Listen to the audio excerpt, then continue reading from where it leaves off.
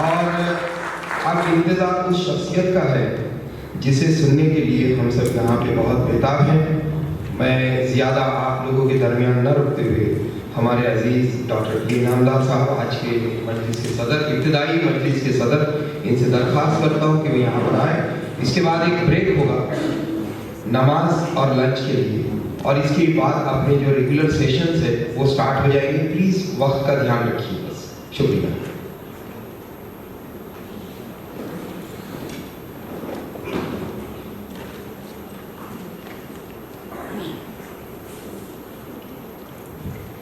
Maharashtra minorities NGO forum,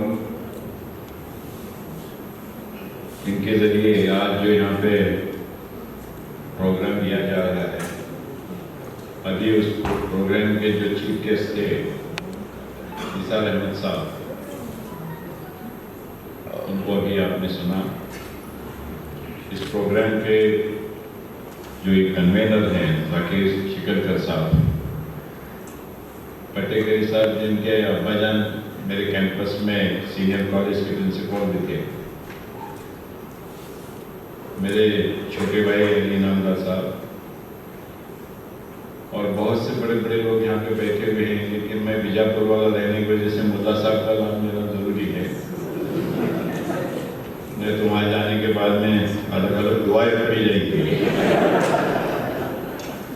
मुझे ऐसा लगता है कि 1 घंटे की जो बात यहाँ पे हुई है, जो निसार साहब ने आपके सामने रखी है, उसका निचोड़ छोटा है। बातों वाली, दुआएं वाली इस्लाम की हमको जरूरत नहीं, ऐसा नहीं। अमल वाले इस्लाम की जरूरत है। सिंपल। और हमारे कैंपस का एक टाइटल की बात है।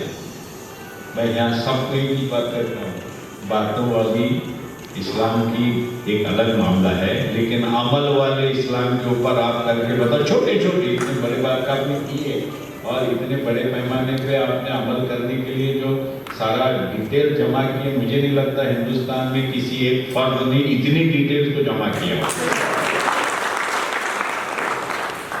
और एक पुलिस ऑफिसर होने के बावजूद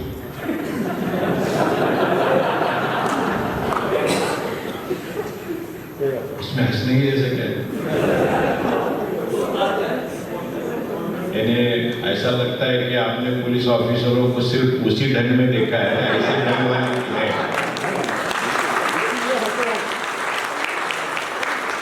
और पिन ड्रॉप साइलेंस,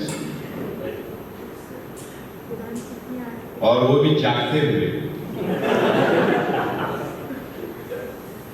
आमतौर पे पिन ड्रॉप साइलेंस कब होता है मालूम है ना?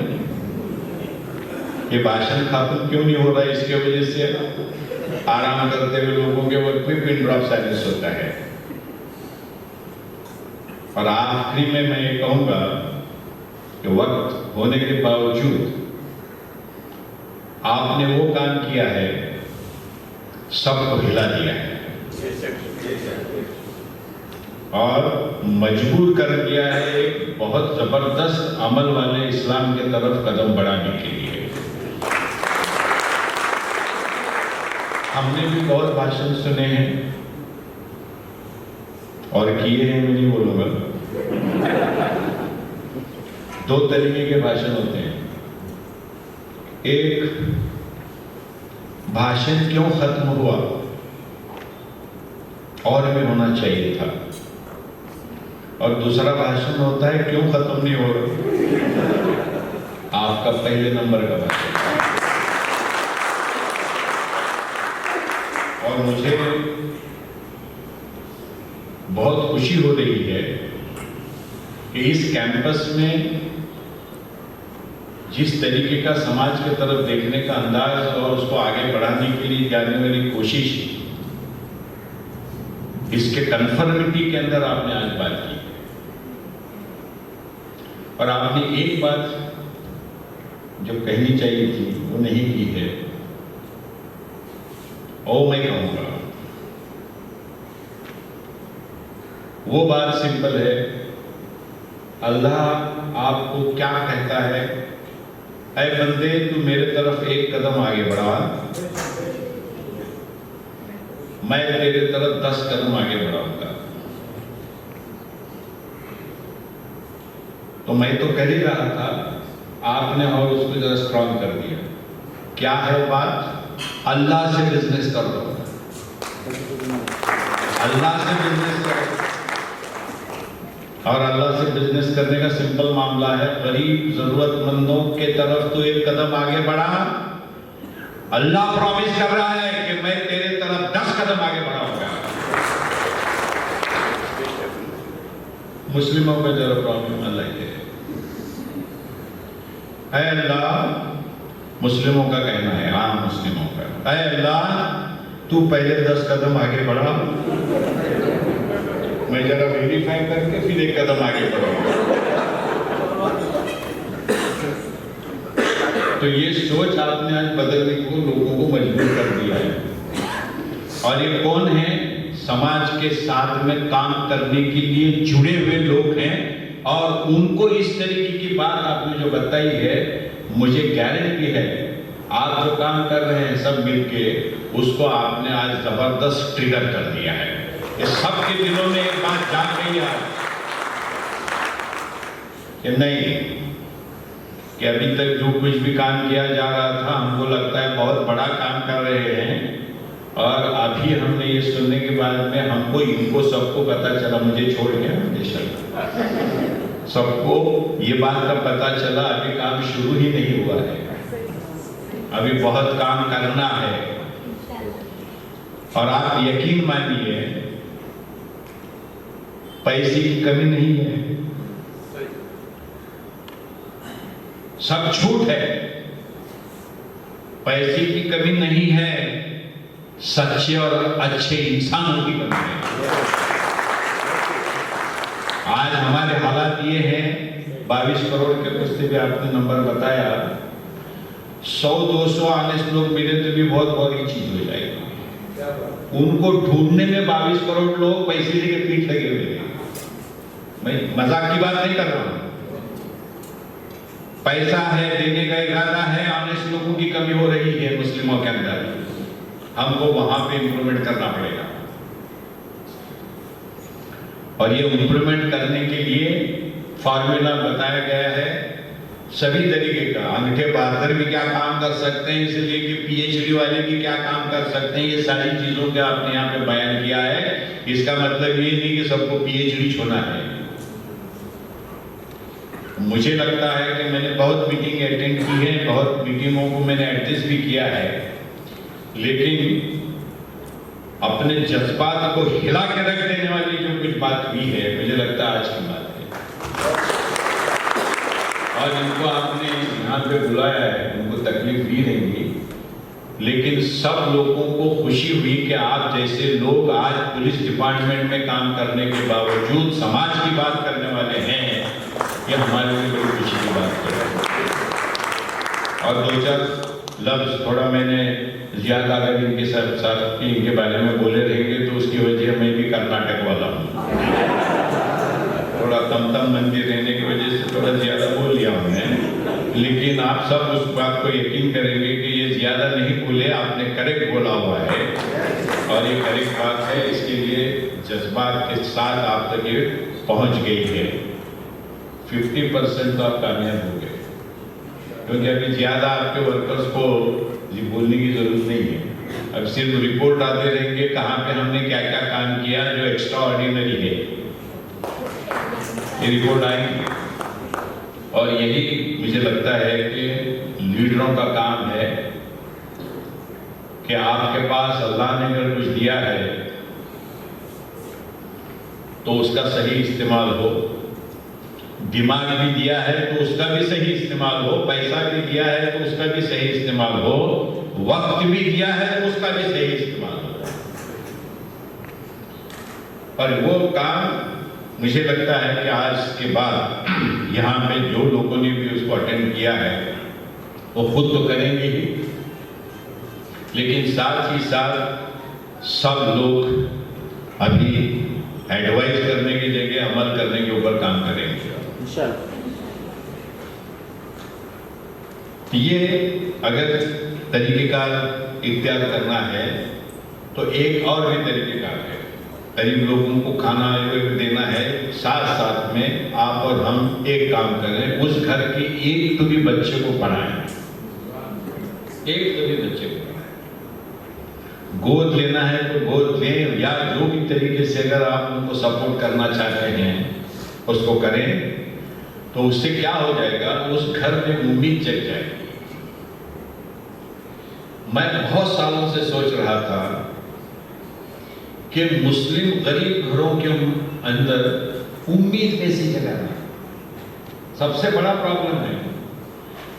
दादा जान रो रहे हैं, नाना जान रो रहे हैं, अब्बा जान रो रहे हैं, पड़ोसी रो रहे हैं, सब रो ही रहे हैं, तो कौन सी उम्मीद जगने वाली है? तो मैंने बहुत सोचने के बाद में, बहुत रिसर्च करने के बाद में मेरे सामने एक बात आई कि कंप्यूटर और थोड़ा स्पोकन इंग्लिश अगर झोपड़पट्टी में पहुंच गया तो वो एरिया के अंदर एक झोपड़पट्टी में पहुंच गया तो पूरी झोपड़पट्टी में उम्मीद जग जाएगी कि हम भी कर सकते हैं। और जिस दिन हम भी कर सकते हैं, इस बात को मुस्लिम पकड़ेगा, वो जरूरत से ज्यादा करके बताएगा ये इतिहास है, ये हमारी हिस्ट्री है। और सबसे बड़ा तो मामला यहाँ है कि मुश्किल में मुस्लिम ज्यादा खुल जाता है और काम करके बताता है। अगर मक्के में हुजूर के वक्त में हालात साजगार होते तो क्या हम यहाँ बैठे होते? कैसे हालात हुए? शिद्दत की तकलीफ के हुए, और शिद्दत की तकलीफ की वजह से क्या हुआ? शिद्दत से इस्लाम फैला, और उसका नतीजा क्या हुआ? आज यहां पर हम बैठे हैं 22 करोड़। सवाल ये है कि पीठ फिराना ये मुस्लिमों का काम नहीं है, सामने फेस करना ये मुस्लिमों का काम है। इसका मतलब किसी से अब दुश्मनी करना वगैरह नहीं, माफी भी हमारी पहली रिक्वायरमेंट है। माफ करना ये भी बहुत ताकत वाले का काम होता है। अरे को तुरे बोलना ये भी रिएक्शन हो गई, उसने अरे बोलने के बाद में अस्सलाम वालेकुम करके जाना ये जिगर वाले का काम होता है, याद रखिए। और ये इस्लाम है। और हम चाहते हैं कि उम्मीद जगाने वाला जो आइटम मैंने आपके सामने रखा है, घर घर में उम्मीद जग जाए तो हम भी कर सकते हैं। उसके लिए आपके सामने हम बच्चों को प्रेजेंट कर चुके हैं। गरीब से गरीब घर के ही सारे बच्चों को हमने प्रेजेंट किया है, क्योंकि पैसे वालों के घर के बच्चों को हम कुछ करना भी चाहे तो उनको हमारे से कुछ करवाने का नहीं रहता। मैं अगर कल जाके कलेक्टर को मिलूं और ये कहूँ कि बाबा आपके बच्चों को हम जरा कुछ सिखाना चाहते हैं, तो बोले शाह नहीं, आप घर पे चले जाइए, हम कॉम्पिटेंट हैं, हमारा काम हम कर लेंगे। तो मैं आप लोगों को रिक्वेस्ट कर रहा हूँ कि इन एडिशन टू अभी जो साहब ने कहा यहाँ पर, उसके बारे में तो कोई डिस्प्यूट ही नहीं हो सकता। अभी मौलाना बैठे हैं, इसके बावजूद मैं कह रहा हूँ कि अमल वाले इस्लाम की जरूरत है, दुआ की जरूरत है। किसने नहीं कहा? दवा के साथ दुआ की जरूरत है, दवा पहले या दुआ बाद में। अगर हो सकता है कि यहाँ के हालात के अंदर ये फॉर्मूला होना चाहिए, और साजगार हालात अगर हैं तो वहाँ पे पहले दुआ फिर दवा, पर हिंदुस्तान के हालात के अंदर पहली दवा फिर दुआ, और वो दुआ किस तरीके से हो? तालीम से जुड़ी हुई हो, क्योंकि इन्होंने इतने सारे प्रोसीजर को, पहले तो इंफॉर्मेशन को कलेक्ट किया, प्रोसीजर के तहत चले गए, प्रोसीजर लोगों तक पहुंचाने का काम किया। क्यों? बिकॉज एजुकेटेड थे। हम चाह रहे हैं कि एजुकेशन के ऊपर भी हम लोगों को उतना ही जोर देना पड़ेगा, और जो कुछ भी थोड़ी मुझे मालूमात है माइनॉरिटी के एजुकेशनल हो गया, राइट के जो भी है, राइट टू एजुकेशन एक्ट में प्रोविजन है 1 किलोमीटर के रेडियस में अगर स्कूल नहीं है तो वहां स्कूल खोलना नहीं। तबीयत ही खराब है, इनकी तबीयत खराब होने के पहले मैं चुप बैठूंगा।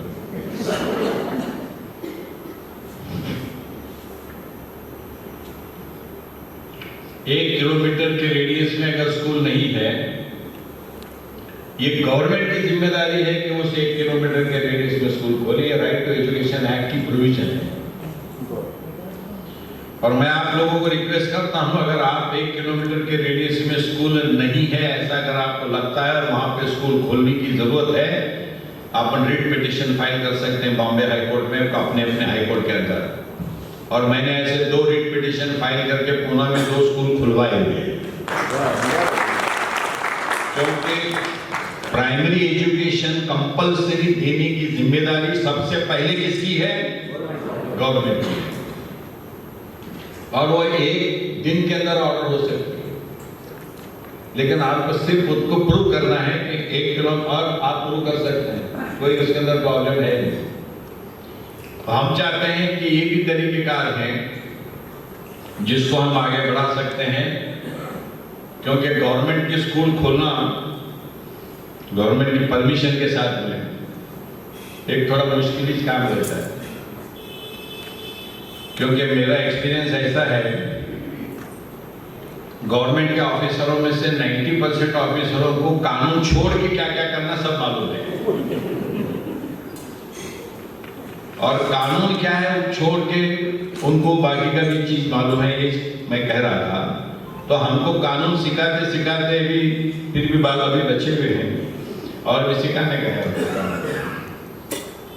तो हम आपको रिक्वेस्ट कर रहे हैं कि माइनॉरिटी के एजुकेशनल राइट्स इसके मामले में कभी भी कहां पर भी कोई भी जरूरत है तो मैं ईनामदार साहब यहाँ पे हाजिर हैं, अपनी जेब के पैसे से उसका मेरा बहुत एब्सोल्युटली फुल स्टडी है। और आप लोगों को खुशी होगी कि 1950 के बाद में जो कुछ भी प्रोग्रेस हुआ है उसके तरफ भी हमको तवज्जो देना पड़ेगा। मैं इस बात को दावे के साथ कह सकता हूं कि 1950 के बाद में, भारतीय राज्य घटना के अमल के बाद में, इस मुल्क में सभी कम्युनिटीज का जो प्रोग्रेस हुआ है उसके पहले 5000 साल में नहीं हुआ है। कितने? 5000 साल में। मैं भारतीय लोगों की बात कर रहा हूं। और मैं ये भी चाहता हूं कि हम जो प्रोग्रेस हुआ है उसका शुक्रिया अदा करें। अल्लाह खुद चाहता है, क्या चाहता है? अगर वो कुछ फेवर करता है तो उसका शुक्रिया अदा करें। अगर गवर्नमेंट ने किया है, डॉक्टर बाबा साहेब अम्बेडकर के कॉन्स्टिट्यूशन ने किया, माइनॉरिटी के एजुकेशनल राइट्स किसने दिए? कौन से बैकग्राउंड के ऊपर दिए? पार्टीशन के बैकग्राउंड के ऊपर माइनॉरिटीज के एजुकेशनल राइट, आर्टिकल 30। बहुत बड़ी चीज उन्होंने भारतीयों को दी हुई है और उसको एनफोर्स करने के लिए हमारे पास पूरा अरेंजमेंट है। तो इस चीज को भी मैं समझता हूं कि आप लोगों ने ख्याल देना चाहिए। फाइनेंस, जैसा मैंने इसके पहले कहा, फाइनेंस है। फाइनेंस पाने के लिए जो ऑनेस्टी लगती है, ऑनेस्टी से अगर उसको आगे बढ़ते हैं तो फाइनेंस की भी कोई कमी नहीं होगी। और मैं खुद अभी डिसीजन लेना चाह रहा हूं कि आपने जो स्कीम लाई है ये पूर्ण स्थिति के अंदर इंप्लीमेंट करने के लिए मैं क्या कर सकता हूं, मेरे साथीदार क्या कर सकते हैं, इसके ऊपर हम अमल करना शुरू करते हैं। क्योंकि ये बहुत ही बुनियादी बात और जड़ वाली बात, जिसकी वजह से इस चीज को अगर एड्रेस करते हैं तो गरीबी, रोना धोना, इसकी बात भी कम हो जाएगी। यहाँ पे बैठे हुए जिम्मेदार लोग हैं, मैं उसको ये भी रिक्वेस्ट करता हूँ, स्कूल की परमिशन लेना खुद को चलाने के लिए ये बहुत डिफिकल्ट हो गया है, करप्शन बढ़ चुका है। इसके लिए गवर्नमेंट ऑफ इंडिया का एक बोर्ड है, गवर्नमेंट ऑफ इंडिया का एक बोर्ड है, NIOS, national institute of open schooling. School खोलो लेकिन परमिशन की जरूरत नहीं, कोर्स वो चलाओ। वो कोर्स चला सकते हैं, 3री पास होने का सर्टिफिकेट मिलेगा, 5वीं पास होने का सर्टिफिकेट मिलेगा, 8वीं पास होने का सर्टिफिकेट मिलेगा, SSC पास होने का सर्टिफिकेट मिलेगा और 12th पास होने का भी सर्टिफिकेट मिलेगा। और सब्जेक्ट 5 हैं। और खास करके मुस्लिम बच्चों के लिए लैंग्वेज में अपने को उर्दू की लैंग्वेज ले सकते हैं, पर्शियन ले सकते हैं या अरेबिक ले सकते हैं। तो 2 सब्जेक्ट तो मिल ही गए, और फिर 3 सब्जेक्ट लेने हैं, दूसरे 25 सब्जेक्ट लेने हैं।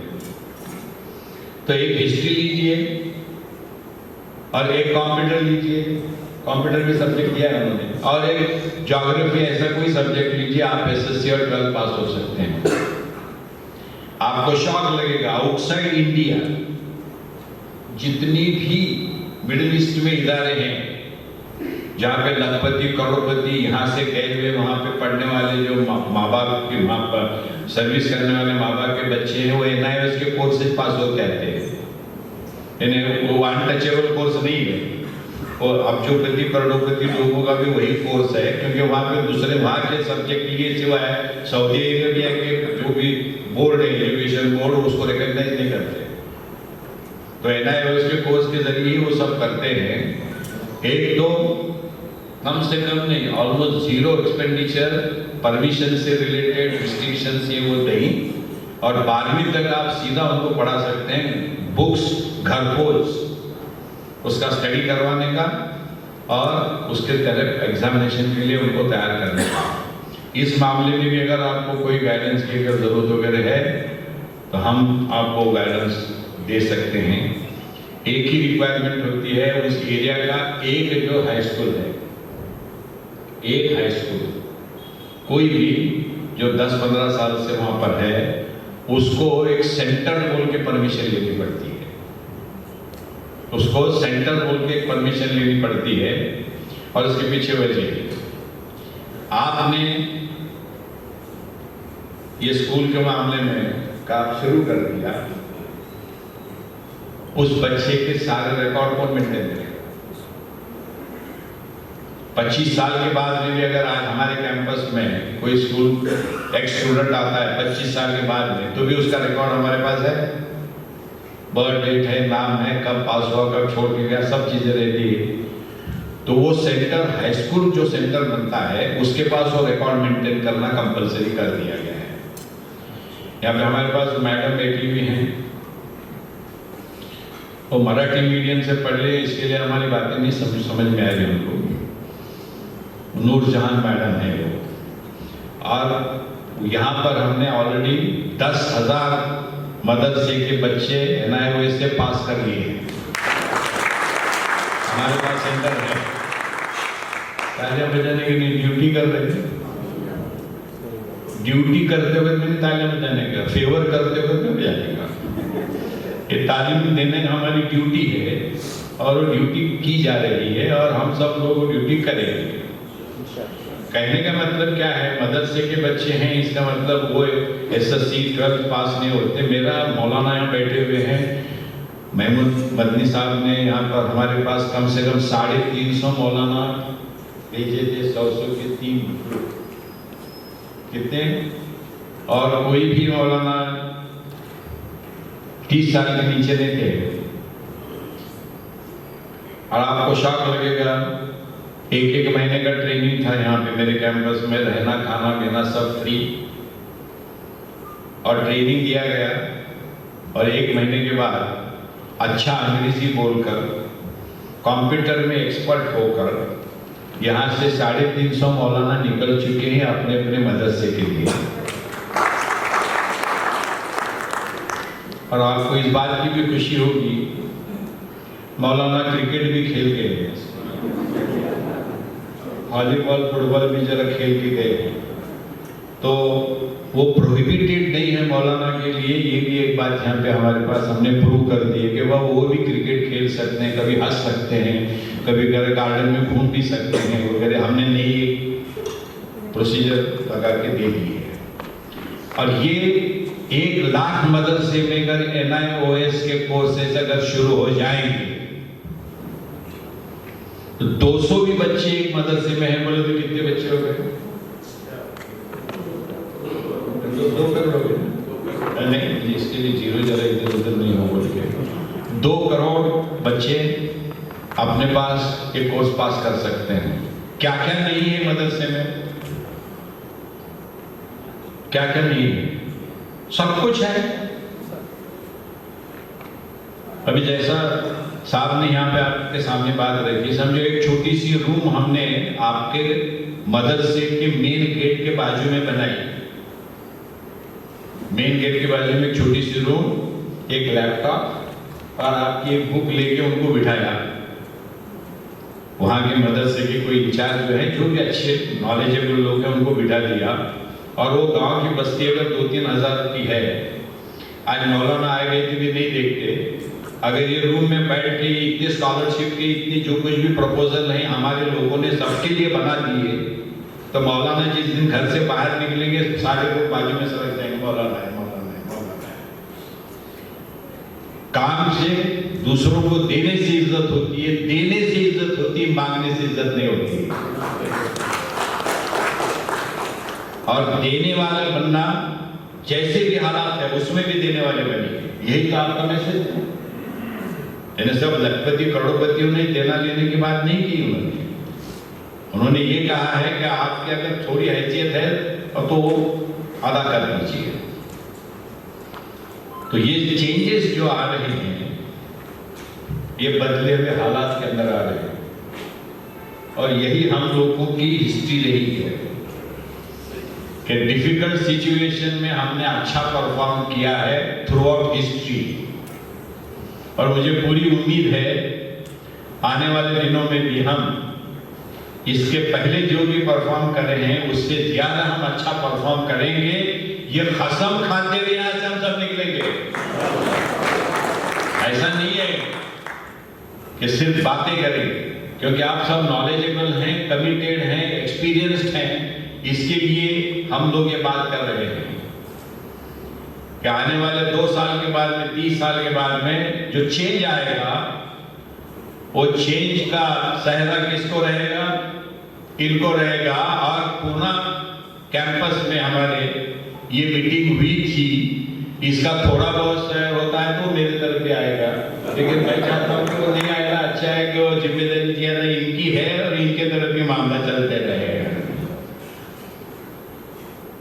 आखिरी बात आपके सामने रखता हूँ, आप जो भी प्रोग्राम आगे बढ़ाएंगे, रिजल्ट वाला, भाषण वाले तो बहुत सुने हैं, लेकिन रिजल्ट देने वाले प्रोग्राम अगर आप करते हैं तो हम आपके साथ हैं।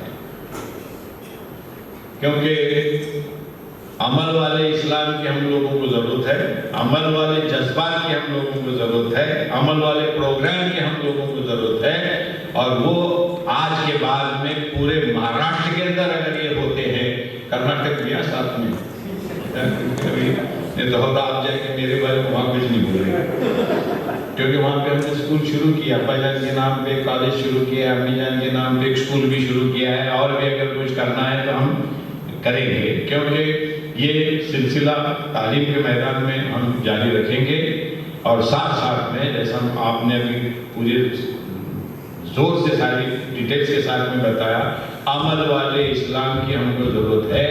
और अमल वाला इस्लाम अगर हम आज के बाद में पूरे ताकत के साथ में आगे बढ़ाते हैं, तो इन्होंने जो कहा और आपने जिस मकसद से इस मीटिंग को यहाँ पे बुलाया, ये दोनों में कामयाब हम हो गए ऐसा हम समझते हैं।